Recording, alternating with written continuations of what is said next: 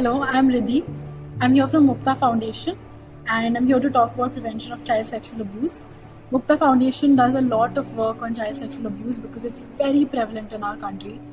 And it's sad that when people go through it, they don't know exactly what to do and how to handle it.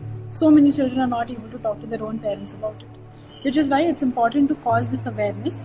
And we do these sessions all over the country, in fact, so that children can know how to prevent it, how to work with it, what to do about it, and how it's okay to actually talk about it and that it's not their fault.